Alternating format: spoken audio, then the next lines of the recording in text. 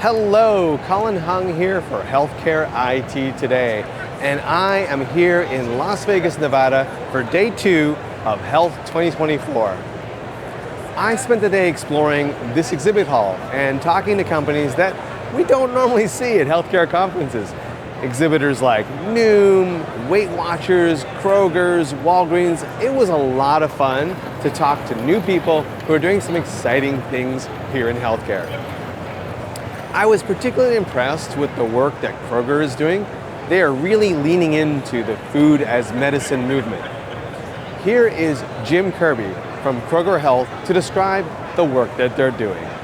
Well, I think this, as you can see here, is a perfect demonstration of what we're doing in the world of healthcare. For one, we're providing vaccines right there to any conference attendee, and we are showcasing our services that we have that sit at the intersection of food and health. Well, we're very excited to announce here today at Health that we have a new relationship with BiteWell that's going to be powering a food scoring system where we're going to have over 90% of the items that we sell in our stores with a food health score that will simplify the nutrition facts panel down to a score of 0 to 100. And consumers can look at that and very easily tell, is this healthy? Is this healthy for me? And then we can aggregate that at a basket level or over the course of time and create an opt-up score.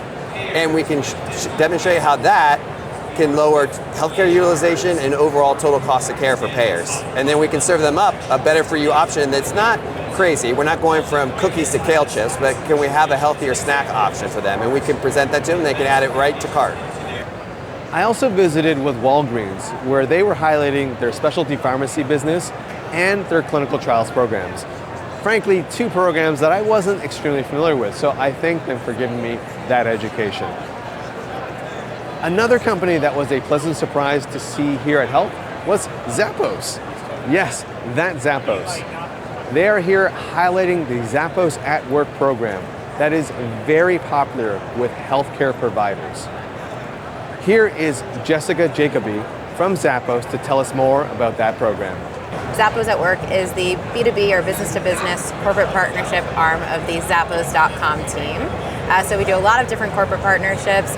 Really excited to be here. Our business does tend to over-penetrate in the healthcare space, so far so good. Zappos at Work actually creates employee recognition and benefits programs. So we work very closely with all different organizations to be a one-to-one and hands-on approach, really like a white glove service to their gifting or employee recognition solution. Maybe it's an end-of-year bonus, maybe it is a birthday gift, but it's going to be by the way of footwear or something on Zappos.com. So it's a really impactful gift that makes people excited. What we say here, it's a shared experience. So hey, maybe you get a gift and I get a gift at the end of the year of a pair of shoes, but you're going to get a pair of cowboy boots. Maybe I get a pair of Hokas, and together we're having a shared experience, but it's still personal to ourselves because it's something we wanted for our feet. So we really take a consultative approach. And so when we work with our employers and our hospital groups, we go ahead and we create custom websites. So these websites are spaces that they technically can go ahead and brand any way they see fit with their logos, photos, fonts, and colors. And then furthermore, that assortment does get refined to what they're looking for. So yes, maybe we have frontline associates that need to have a certain pair of shoes on with a level of slip resistance. We can even do that. Maybe they want their organization to wear all blue shoes. Let's go ahead and fill their assortment with blue shoes. So we really do help them create an assortment that is special and curated to their team. At Vive earlier this year, I had the chance to speak with Steve Cagle from Clearwater about cybersecurity. And in that interview, I asked him a lot of questions about what was wrong or what was missing in healthcare when it comes to cybersecurity. So when I saw him here at Health, I thought I would turn the tables, and instead of asking him what's wrong, I would ask him, what is healthcare doing well? So here's my conversation, or at least a snippet of it, with Steve Cagle. I think that's a really important question because oftentimes we hear about all the negative things happening with cybersecurity or lack thereof in healthcare, but there are organizations that have really taken a very proactive approach. And I think the main reason that's happened is because they really understand the business risk. They understand that cybersecurity, at the end of the day, it is something that can impact the business both financially, but also from a patient safety perspective. And there's a few things I'll point out that are really good things that are happening in those organizations that are taking that approach. First and foremost, organizations are establishing a strong culture of cybersecurity, and that really starts at the C-suite and the board level.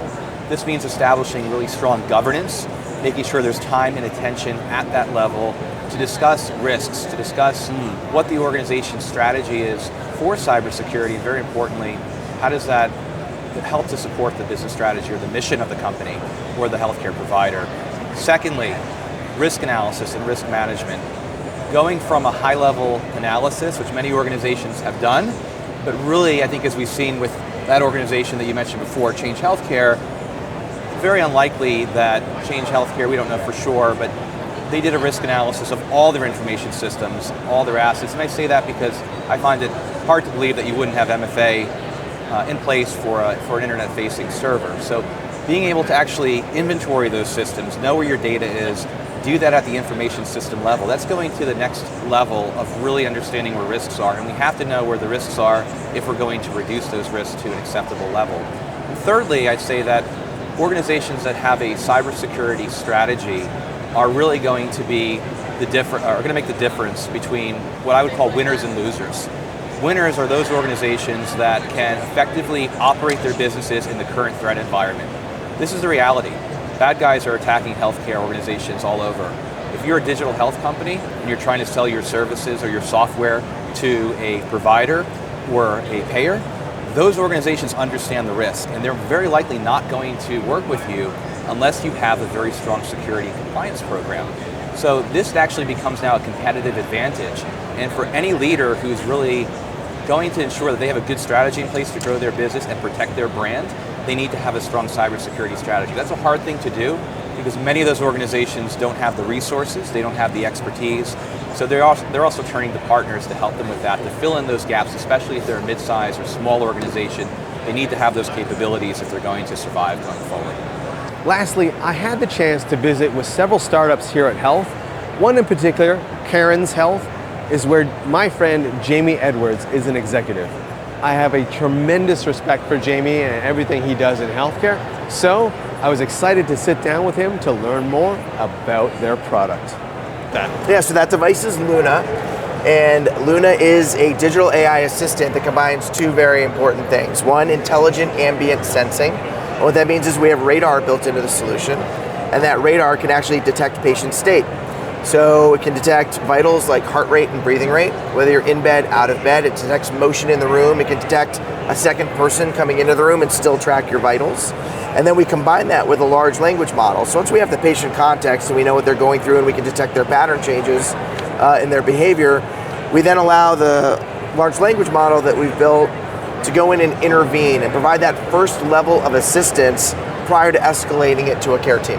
Caregivers and clinical teams are both on the platform. You know, Colin, it's like imagine that you're a caregiver and you wake up in the morning and you get a report, and that report says, your mom's doing great, her vitals look awesome, she ate breakfast and she's on her way to physical therapy. You as a caregiver can breathe a really big sigh of relief knowing that somebody is looking out for your loved one. From a clinical team standpoint, you can update the care plans on the platform in real time. So if you have a patient who has congestive heart failure, as an example, you can go through and see that they measure themselves on the weight scale 3 days in a row and their weight went up, report that to the doctor, upload that to the EMR, and then actually push a new care plan saying, please take another diuretic. So the idea is to build that connectivity, have caregivers, clinical teams, and patients all on the same care stack, and take all the friction out of the experience and really build a fundamentally better experience for all of them. There's no camera on the device, so that's number one. We take patient privacy very seriously, and so we really wanted to avoid there being a camera or a camera sensor that we were using. No one wants to see video of their grandparents somehow being hacked and ending up somewhere it shouldn't be. The radar definitely, detects specific information about the patient, but it's not a patient photo, it's not a patient picture. It's detecting heart rate, breathing rate, sleep stages, things of that nature, and then those things are shared with the clinical team and the family, and that's it. So we've been very security focused as we built up our database and our data lake on the platform, but more importantly, again, from an experience standpoint, what we found is that people kind of forget it's there, and it blends seamlessly into their lifestyle. And if you have a grandparent who now is talking with the device on a regular basis, the most important thing that we do is ask you, how are you feeling today, Colin? And based on that answer, we then run through an assessment and help people navigate to where they're getting to. And I think that breeds a different expectation of privacy from what the platform is supposed to do, because without that patient engagement, we can't deliver on the value that the patient's actually expecting from us. We're not Google, we're not Alexa, we're not Siri, so we're not listening to everything. You have to trigger us and then we interact. Tune in tomorrow when John, Lynn, and I will have a final recap of the entire conference. I'm Colin Hung here in Las Vegas, Nevada at Health 2024. Thanks for watching, and I'll catch you on the next video.